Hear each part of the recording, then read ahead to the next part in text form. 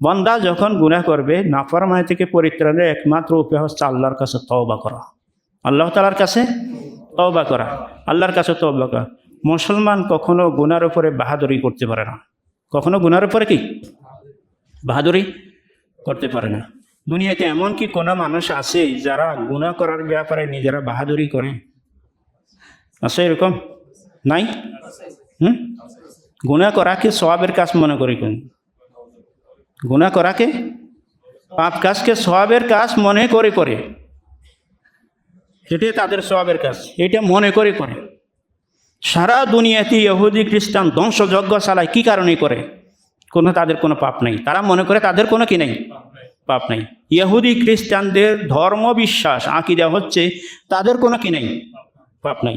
খ্রিস্টানদের ধর্ম বিশ্বাস হচ্ছে তারা পাপ করার আগে তাদের কি তাদের খোদা আল্লাহর নবী হযরত ঈসা আলাইহিস সালাতু ওয়াস সালাম, তারা তাকে আল্লাহর আসনে বসায়, আল্লাহর পুত্র বলেন। হুজ্জাতুল ইসলাম হযরত কাসেম নানতবী রহমতুল্লাহি আলাইহি, তার জামানায় একজন খ্রিস্টান চ্যালেঞ্জ ছুড়ে দিল, ঈসা আলাইহিস সালাতু ওয়াস সালাম তিন খোদার একজন এবং আল্লাহর পুত্র। মুসলমানদের এমন কে আছে আমার এই চ্যালেঞ্জের জবাব দিবেন? হযরত কাসেম নানতবী রহমতুল্লাহ আলাইহি তিনি বললেন আমি। সভা কায়েম হয়ে গেল। হযরত কাসেম নানতবী রহমতুল্লাহ আলাইহি যাওয়ার সময় কৃষিক্ষেতে কাজ করতেছে, লুঙ্গি পরা গেঞ্জি পরা একটা লোককে বললেন, ভাই আমার সাথে চলো। হুজুর কোথায় যাব? যে আজ খ্রিস্টান পাদ্রীর সাথে বহস করতে হবে, মোনাজারা করতে হবে, তর্ক করতে হবে। তো আমি কি দিয়ে তর্ক, আমার কেন নিয়ে যাবেন? তোমার কোনো কাজ নাই, আমি যেরকম বলবো সেরকম করবে তুমি। যে সবাই যে প্রধান অতিথির জন্য যে আসন যে চেয়ার রাখা হবে, তুমি সেই চেয়ারে বসে যাবে। লুঙ্গি পরা গেঞ্জি পরা কাদায় মিশ্রিত এক লোক, তুমি সেই প্রধান অতিথির আসনে বসে যাবে। মানুষেরা জিজ্ঞাসা করে তুমি কে, এখান থেকে নেমে যাও। তুমি একটাই কথা বলবে, আমি খোদার নাতি, আমি খোদার নাতি। আর কোনো কথা তোমাকে বলতে হবে না, বাকি যা বলতে হয় সেগুলো আমি কি করব বলবে। তুমি যখন যাই বলুক তুমি বলবে যে আমি খোদার নাতি। খোদার নাতি যেমন আমরা যদি এখানে থাকি মনে করে, আমাদের আল্লাহর নবীর বংশধর কেউ যদি এখানে আসেন, তাহলে আমরা কি পরিমাণ তাকে সম্মান প্রদর্শন করব। তাই আল্লাহর নবীর বংশধর না, খুদ আল্লাহর বংশধর, খোদার নাতি আল্লাহর কি বংশধর। এইটাই বলবে যে তুমি খোদার নাতি, যাই বলো তুমি একটাই কথায় অনর্থে খোদার নাতি, শেষ। ওখানে গেছেন, উনি একদম উচ্চ আসনে বসে আছেন। মানুষরা বললে এটা তো প্রধান অতিথির আসন, তুমি কেন এখানে? বললে কোত্থেকে আসলো? আমি তো খোদার নাতি, আমি কি খোদার নাতি। খ্রিস্টান পাদ্রী আসলো, তো বলছেন আপনি কিসের জন্য বহস করতে আসতেছেন? ঈসা আলাইহিস সালাম আল্লাহর কি পুত্র। কাসেম নানতবী রহমতুল্লাহ আলাইহি বলেন সোজা কথা, আল্লাহর যদি পুত্র থাকতে পারে এতদিনে তো নাতি থাকাই স্বাভাবিক। যদি পুত্র থাকতে পারে এতদিনে, হাজার হাজার বছর পরে আল্লাহর একজন নাতি থাকা তো অস্বাভাবিক কোনো কিছু কি নয়। তো কি করছে, নিজে বেইজ্জত হইয়া মঞ্চ থেকে কি হয়ে গেছে, পালাই গেছে। কারণ সেই তো খোদার নাতি হিসেবে সেই মানতে পারতেছে না।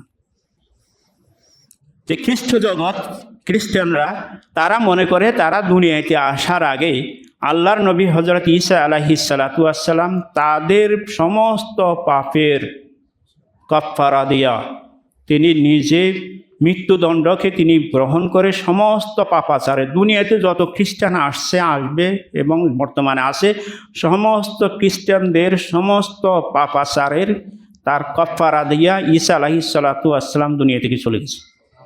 এটা কাদের আকীদা? খ্রিস্টানদের। তারা দুনিয়াতে আসার আগে আল্লাহর নবী ঈসা আলাইহিস সালাতু ওয়াস সালাম তাদের সমস্ত পাপাচারের কাফফারা দিয়ে দুনিয়া থেকে কি, যে ব্যক্তি দুনিয়াতে আসার আগে তার পাপের কি হয়ে গেছে, কাফফারা হয়ে গেছে। যদি কোনো মানুষের আকীদা বিশ্বাস যদি এই ধরনের হয়, তো পাপ কাজ না করে আর করবে কি? সে যত পাপ করে সেই পাপের কাফফারা আগেই কি হয়ে গেছে।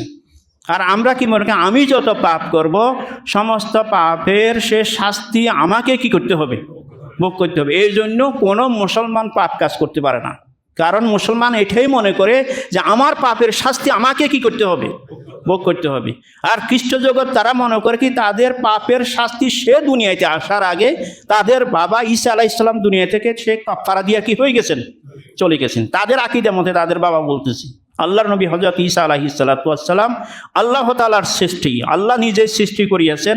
হযরত মরিয়মের বতন থেকে, পেট থেকে, গর্ভ থেকে আল্লাহ ঈসা আলাইহিস সালামকে দুনিয়াতে পাঠিয়েছেন পিতৃহীনভাবে। সেটা আল্লাহ এই কুদরত প্রকাশ করিয়াছেন আল্লাহ তাআলা। আল্লাহ কোনো মানুষ সৃষ্টি করার ব্যাপারে কোনো মানুষের মুখাপেক্ষী নন আল্লাহ তাআলা, এবং সেটা আল্লাহ তাআলা সেটা সে কুদরত প্রকাশের জন্য ঈসা আলাইহিস সালামকে শুধু মায়ের গর্ভ থেকে বাপ ছাড়া কি করিয়াছেন, সৃষ্টি করিয়াছেন। সেটা আল্লাহর জন্য সক্ষম, আল্লাহর জন্য সহজ, এটা আল্লাহর জন্য সহজ, আল্লাহ করিয়াছেন। কিন্তু তারা ঈসা আলাইহিস সালামকে আল্লাহ দুনিয়াতে এদিক থেকে থাকাইয়া কাউকে যখন বাবা না পায়, কবি বলেন ছোড় দিয়া ইউরোপ ने आसमानी बाब को बस बाबा समझा है ওই बंदर और हनुमान को। তো বাবা যখন কাউকে পায় না তখন তারা বানর হনুমানকেও বাবা বলতে তারা কি হয়, দ্বিধাবোধ করে না।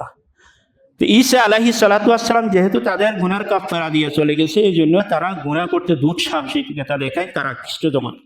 আর ইহুদিদের কি অবস্থা, ইহুদিরা বলে দুনিয়ার বয়স ৭,০০০ বছর, প্রত্যেক ১,০০০ বছরের বিনিময়ে আমাদেরকে একদিন করে আল্লাহ শাস্তি দিবেন। তাহলে আমরা মাত্র ৭ দিন আমরা শাস্তি পাবো। জাহান্নামে যদি যাইতেও হয় আমাদের মাত্র জাহান্নামে কয়টা দিন থাকতে হবে, ৭টা দিন। কষ্ট করে কোনো রকম ৭টা দিন জাহান্নামে আমরা থাকা আমাদের জন্য কোনো অসুবিধা নেই, কোনো কষ্টকর হবে না।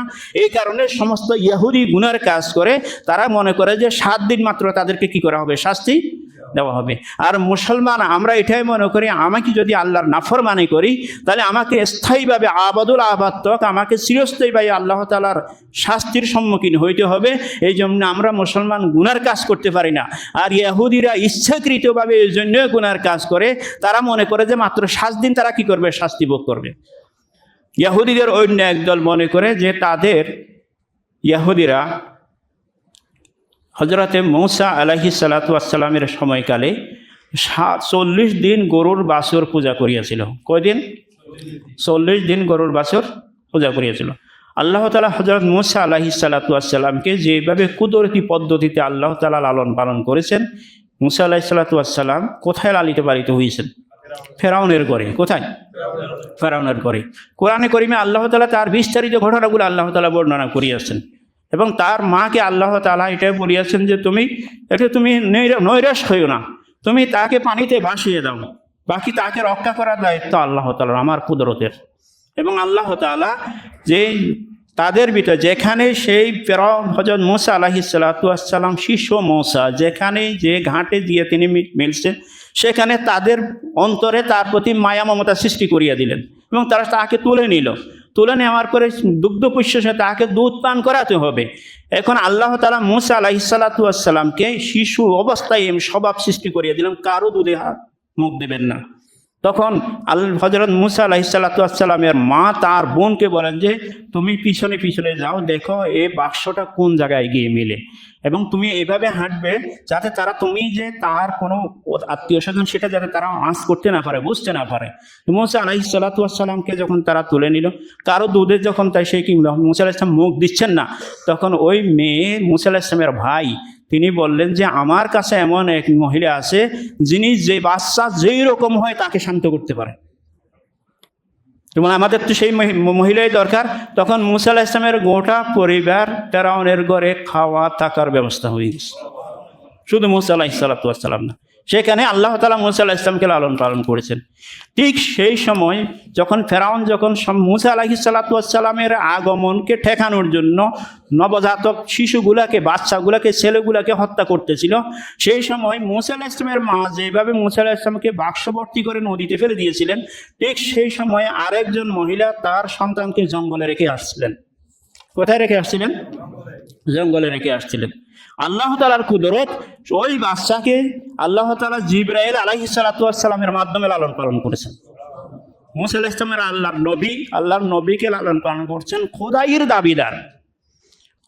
দাবিদার আল্লাহর এত বড় দুশমনের ঘরে মূসা আলাইহিস সালামকে আল্লাহ তাআলা লালন পালন করালেন। আর আল্লাহ তাআলার দুশমন সামেরীকে আল্লাহ তাআলা জিবরাইল আলাইহিস সালাম দ্বারা কি করিয়েছেন? ওয়া মূসাল্লাযী রাব্বাহু জিবরিল কাফির যে ওই মূসার স্বামীর নামও ছিল মূসা, এর নামও মূসা, ওর নামও ছিল মূসা। ওই মূসা যাকে রব্বাহু জিবরিল কাফের, জিবরাইল আলাইহিস সালাতু ওয়াস সালাম যাকে লালন পালন করেছেন সে ছিল কাফের। আর ও মূসাল্লাযী রব্বাহু ফিরআউন মুরসাল, আর যে মূসাকে ফেরাউন লালন পালন করিয়াছেন তিনি আলুল আজম, আল্লাহর নবী হযরত সৈয়দুনা মূসা আলাইহিস সালাতু ওয়াস সালাম। জিবরাইল আলাইহিস সালাতু ওয়াস সালাম তার এক আঙ্গুল থেকে মধু পান করাতেন, এক আঙ্গুল থেকে দুধ পান করাতেন। এবং ওই মূসা নামের ওই লোক সামেরি তিনি একদিনে 1 মাসের বয়সের বাচ্চার মতো বড় হয়ে যেত। এই 2 দিনে 2 বছরের বাচ্চার মতো কি হয়ে যেত, বড় হতো। খুব স্বল্প সময়ে কি হয়ে গেছে, বড় হয়ে গেছে। তো ওই সময় জিবরাইল আলাইহিস সালাতু ওয়াস সালাম তাকে দুধ এবং মধু সেবন করার জন্য যখন আসতো, তার যখন শৌর এবং বুঝ হয়ে গেছে, তখন সে দেখতেছে জিবরাইল আলাইহিস সালাতু ওয়াস সালাম যে বাহন নিয়ে আসে, ওই বাহনের কুড়া যেই জায়গায় লাগে সেখানে মরা ঘাসগুলা জিন্দা হয়ে যায়। মরা ঘাসগুলা সেখানের ভালিগুলা লাফাইতে থাকে, প্রাণবন্ত বস্তুর মতো বালিগুলা লাফাইতে থাকে। তখন ওই সামেরি সেখান থেকে কিছু বালি সংগ্রহ করিয়ে নিয়েছিলেন। বালি, একটা বোতলের শিশিতে একটা বালি সংগ্রহ করিয়ে নিয়েছিলেন। মূসা আলাইহিস সালাতু ওয়াস সালাম আল্লাহর নবী হওয়ার পরে যখন মূসা আলাইহিস সালাতু ওয়াস সালাম তুর পাহাড়ে গেলেন, আল্লাহ তাআলা মূসা আলাইহিস সালামকে ওয়াদা করে কিতাব দিবেন, তো তুর পাহাড়ে গেলেন। ওই সময় মূসা আলাইহিস সালাতু ওয়াস সালাম তার ভাই হারুনকে বনি ইসরাইলের মাঝে রেখে গিয়েছিলেন যে এদেরকে তুমি শাসন করবে, এরা যাতে পথভ্রষ্ট হয়ে না যায়।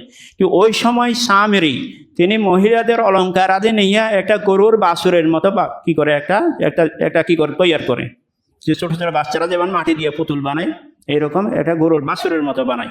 এবং সেখানে ওই তার কাছে যে রেখে তার শিশিতে থাকার যে বালি ছিল, ওখান থেকে বালি ঢুকিয়ে দিয়ে, বালি যখন ঢুকায় তখন ওইটা হাম্বা হাম্বা করে কি করতে থাকে, আওয়াজ করতে থাকে। তখন সামেরি বলল যে মূসা তিনি আল্লাহকে চিনতে, আল্লাহর পরিচয় পাইতে তিনি ভুল করে ফেলছেন, এটাই তোমাদের খোদা, এটাকে তোমরা কি করে পূজা করো, আযান আল্লাহ, আল্লাহ আমাদেরকে হেফাজত করো। মূসা আলাইহিস সালাতু ওয়াস সালামের ওই উম্মত বনি ইসরাইলেরা 40 দিন, মূসা আলাইহিস সালাম তুর পাহাড়ে কয়দিন ছিলেন, প্রথমে 30 দিন ছিলেন। মূসা আলাইহিস সালাম মিসওয়াক করছেন, আল্লাহ বলেন আরো 10 দিন, 40 দিন। ওই 40 দিন তারা গরুর বাছুর কি করিয়াছিল, পূজা করিয়াছিল। এই জন্য ইহুদিরা বলে থাকে যে 40 দিন আমাদের পূর্বপুরুষেরা গরুর বাছুর পূজা করিয়াছিল, আল্লাহ যদি আমাদেরকে জাহান্নামের শাস্তি দিয়ে ওই 40 দিন ওই শাস্তি দিবেন, এর চাইতে বেশি দিন দিবেন না। কোনো রকম কষ্ট করে 40 দিনের শাস্তি বরদাস্ত করা যাবে, এরপরে ওখান থেকে চলে আসে আমরা সোজা জান্নাতে চলে যাব। এই মিথ্যা, এই যে ভ্রান্ত আকীদা বিশ্বাসের কারণে ইহুদিরা ইচ্ছা করেই এবং তারা দুঃসাহসিকতার সাথে তারা পাপাচারে লিপ্ত হয়ে থাকে। বলেন খ্রিস্টানরা কেন পাপাচারে লিপ্ত হয়? তাদের খ্রিস্ট ধর্মের মৌলিক আকীদা বিশ্বাস হচ্ছে তারা দুনিয়াতে আসার আগে আল্লাহর নবী ঈসা আলাইহিস সালাতু ওয়াস সালাম সমস্ত পাপের কাফারা দিয়ে চলে গেছেন। এই যে ভ্রান্ত আকীদার কারণে খ্রিস্টানরা পাপাচারে লিপ্ত হয়। আর ইহুদিরা কেন পাপাচারে লিপ্ত হয়? ইহুদিদের আকীদা বিশ্বাস আল্লাহর নবী মূসা আলাইহিস সালাতু ওয়াস সালাম 40 দিন যখন তুর পাহাড়ে ছিলেন, সামেরির মাধ্যমে তারা যে গোবৎস পূজা করিয়াছিল, ওই 40 দিন তারা শাস্তি দিবেন। অথবা দুনিয়ার বয়স 7000 বছরের বিনিময়ে আল্লাহ তাআলা প্রত্যেক 1000 বছরের মোকাবেলায় এক বছর মাত্র 7 দিন তাদেরকে আল্লাহ শাস্তি দিবেন। 7 দিন বা 40 দিনের শাস্তি সহ্য করা তেমন কোনো বিষয় না তাদের ধারণা মতে। অথচ আল্লাহ তাআলার শাস্তি কেউ 1 সেকেন্ডও বরদাস্ত করার ক্ষমতা আল্লাহ কাউকে দান করেন নাই। তাদের আকীদা বিশ্বাস হচ্ছে এই অল্প দিন শাস্তি ভোগ করে আমরা জান্নাতে পৌঁছে যাব। এই জন্য ইচ্ছা করে ইহুদি জগৎ কি করতে থাকে, পাপাচারে লিপ্ত হয়ে থাকে। আর আমাদের আকীদা বিশ্বাস হইল যে আল্লাহ তাআলা যে কোনো আমরা পাপ করি না কেন, সেটা বড় হোক বা ছোট হোক, সমস্ত পাপের শাস্তি আল্লাহ আমাদেরকে দিবেন। এবং শাস্তি হিসেবে আল্লাহ তাআলা ইচ্ছা করলে কাউকে ক্ষমাও করতে পারেন, আল্লাহ ইচ্ছা করলে তাকে আবাদুল আবাদ জাহান্নামে দিয়ে আল্লাহ তাআলা শাস্তি দিবেন। এবং সেটা শেষ হবে না। আর আল্লাহ তাআলা যে সমস্ত মানুষেরা জান্নাতে যাবে, আল্লাহ তাআলা তাদেরকে বলবে খুলুদুন লা মাউতা ফিহা, যে চিরস্থায়ীভাবে তোমরা জান্নাতে প্রবেশ করলে এখানে কারো কি হবে না, মওত হবে না। এবং যারা জাহান্নামে যাবে তাদের জন্য আল্লাহ তাআলা বলেন খুলুদুন লা মাউতা লাকুম ফিহা, এই জাহান্নামে তোমাদের কারো কি হবে না, মৃত্যু হবে না, চিরস্থায়ীভাবে। কতদিন? আল্লাহ সেখানে আর দিন নাই, কত বছর সেখানে আর কোনো বছর নেই, সীমা নাই। এবং চিরস্থায়ীভাবে জাহান্নামীরা জাহান্নামে থাকবে, জান্নাতীরা জান্নাতে থাকবে। ওই চিরস্থায়ী জাহান্নামের আযাবের ভয়ে মুসলমান গুনাহ ছাড়তে বাধ্য। আল্লাহ তাআলা আমাদেরকে আল্লাহ তাআলার যে আযাব গজব থেকে বাঁচার জন্যই আল্লাহ তাআলা এই নাফরমানি থেকে মুক্ত হওয়ার আল্লাহ তৌফিক দান করি। এবং আমরা যদি নাফরমানি মুক্ত জীবন যাপন করতে পারি তাহলে আল্লাহ তাআলা আমাদেরকে সমস্ত বলা মুসিবত থেকে আল্লাহ তাআলা আমাদেরকে রেহাই দান করবেন। যত ধরনের বলা মুসিবত দুনিয়াতে আসতে পারে সমস্ত বলা মুসিবত থেকে আল্লাহ তাআলা কি রেহাই দান করবেন। বিভিন্নভাবে আমাদের মাঝে কতগুলা অযথা কারণে কতগুলা গুজব আমাদের কাছে হইতে থাকে। কিছু গুজব, মহিষ চুরি করতে 3 জন মানুষ লাগে। কয়জন মানুষ? 3 জন মানুষ লাগে। মহিষ যখন চুরি করে 3 জনের মহিষ, ওখানে 3 দলে বিভক্ত, 3 জন মানুষ। একজন লোক মহিষের গলায় যে ঘন্টি থাকে এই ঘন্টি নিয়ে উত্তর দিকে চলে যায়। এখন আরেকজনে মহিষ নিয়ে দক্ষিণ দিকে যায়। কোন দিকে? আরেকজন আসিয়া বলে যে যেদিকে ঘন্টির আওয়াজ শোনা যাচ্ছে ওইদিকে চলো। যেদিকে ঘন্টির আওয়াজ সেদিকে মহিষ আছে? মহিষ তো তার বিপরীত দিকে। তা আমাদের কাছে মিডিয়া এই সময় এইভাবে কতগুলো গুজব আমাদের কাছে কি চড়াতে থাকে। এখন ওই যে ঘন্টি নিয়ে যাচ্ছে সে কিছু দূর একটা নিরাপদ স্থানে যাওয়ার পরে ঘন্টিটা ফেলে সে মিশে যায় মানুষের সাথে। আর তখন আমরা ওই যে যখন যাই ঘন্টি যখন পাই, এখন ঘন্টি নিয়ে আমরা কি করতে চাই? গবেষণা করতে থাকি, কিন্তু এর তলে তলে কোন মুসিবত আমাদের উপর আসতেছে সেটা আমরা আর বুঝি না, খেয়াল করি না আমরা।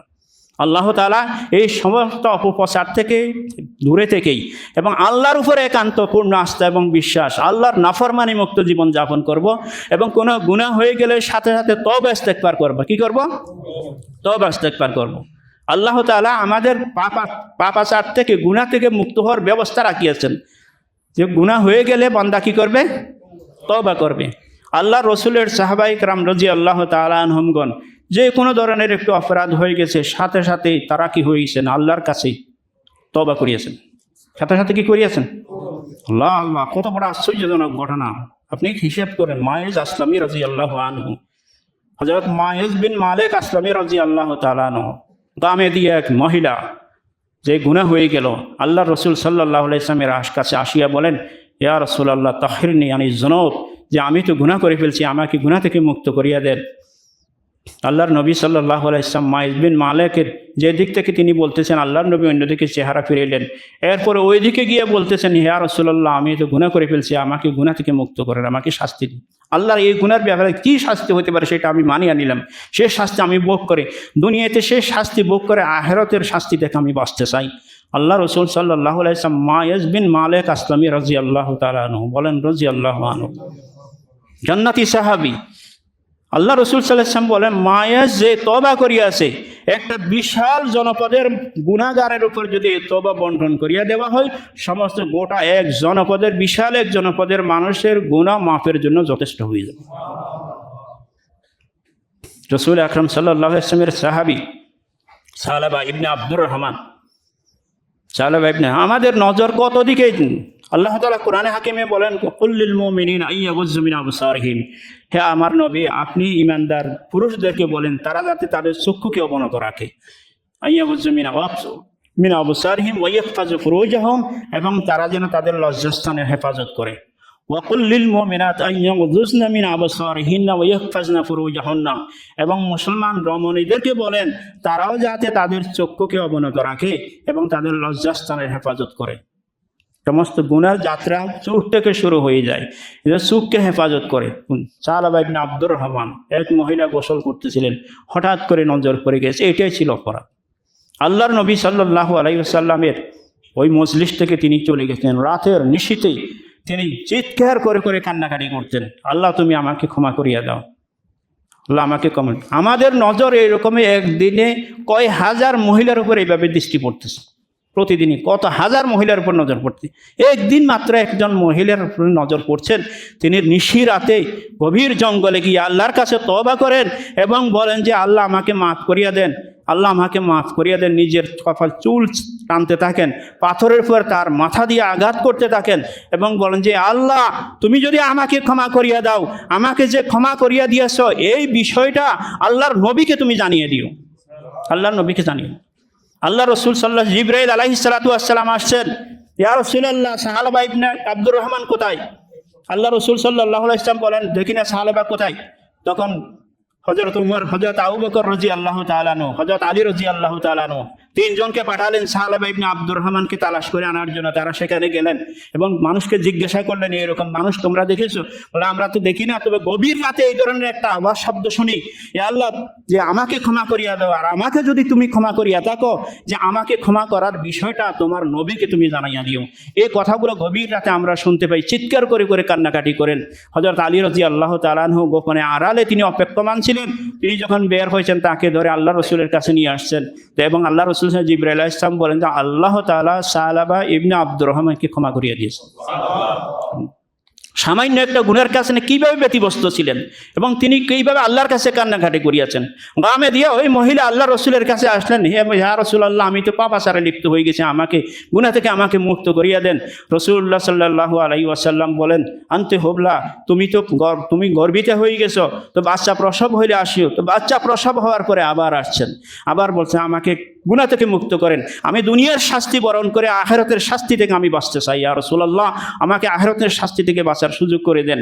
তো রাসূলুল্লাহ সাল্লাল্লাহু আলাইহি ওয়াসাল্লাম, তোমার বাচ্চা তো ছোট, বাচ্চা যখন দুধ ছাড়া হয়ে যাবে তখন তুমি আমার আসিও। তখন এই গ্রামে দিয়া এই মহিলা সাহাবিয়া রাদিয়াল্লাহু আনহা, তিনি অল্প সময়ের ভিতরে বাচ্চাকে লালন পালন করে আল্লাহর রসুল বিশ্বাস করেন কিনা তার এই ধারণা, হাতে রুটির সহ বাচ্চার আল্লাহর নবীর কাছে নিয়ে আসছেন। ইয়া রাসূলুল্লাহ, আপনি দেখেন আমার বাচ্চা এখন নিজে রুটি খাইতে পারে, আমাকে গুনাহ থেকে মুক্ত করেন। আল্লাহর নবী সাল্লাল্লাহু আলাইহি ওয়াসাল্লাম তারপরে হদ কায়েম করলেন, বললেন এই মহিলা যে বড় তওবা করিয়াছে, বিশাল একটা জনগোষ্ঠী যারা পাপাচারে লিপ্ত, তাদের যদি বন্টন করে দেওয়া হয় তাদের গুনাহ মাফের জন্য যথেষ্ট হয়ে যাবে। এটাই ছিল ইমানদারের বৈশিষ্ট্য। আমাদের জন্য এগুলো আদর্শ। গুনাহ করে পাপ হয়ে গেলে আল্লাহর কাছে কি করবো? আমরা তওবা ইস্তেগফার করব, আল্লাহ তাআলা আমাদেরকে ক্ষমা করিয়া দিবেন। এইরকম ইচ্ছাকৃতভাবে গুনাহ করবো না, যেভাবে খ্রিস্ট জগৎ তারা তাদের পাপাচারের আগে আল্লাহর নবী সাল্লাল্লাহু আলাইহি ওয়াসাল্লাম তাদের পাপাচারের কাফারা দিয়ে গেছেন, এ আকীদা বিশ্বাস নিয়ে তারা ইচ্ছাকৃতভাবে যেভাবে গুনাহ করে, আর ইহুদি জগৎ যেভাবে তাদের 7 দিন বা 40 দিন জাহান্নামের শাস্তি ভোগ করবে এই ধারণার কারণে ইচ্ছাকৃত গুনাহ করে, আমরা মুসলমান ওইভাবে কি করতে পারি না? গুনাহ করতেই পারি না, কারণ আমাদের প্রত্যেকটি পাপাচারের কারণে আল্লাহ তাআলা আমাদেরকে চিরস্থায়ী শাস্তি দিবেন। এটাই আমাদের আকীদা বিশ্বাস। আল্লাহ তাআলা আমাদেরকে কথাগুলো বুঝে আল্লাহ আমল করার তৌফিক দান করুন। সুবহানাকাল্লাহুম্মা ওয়া বিহামদিকা আশহাদু আল্লা ইলাহা ইল্লা আনতা আস্তাগফিরুকা ওয়া আতুবু ইলাইক।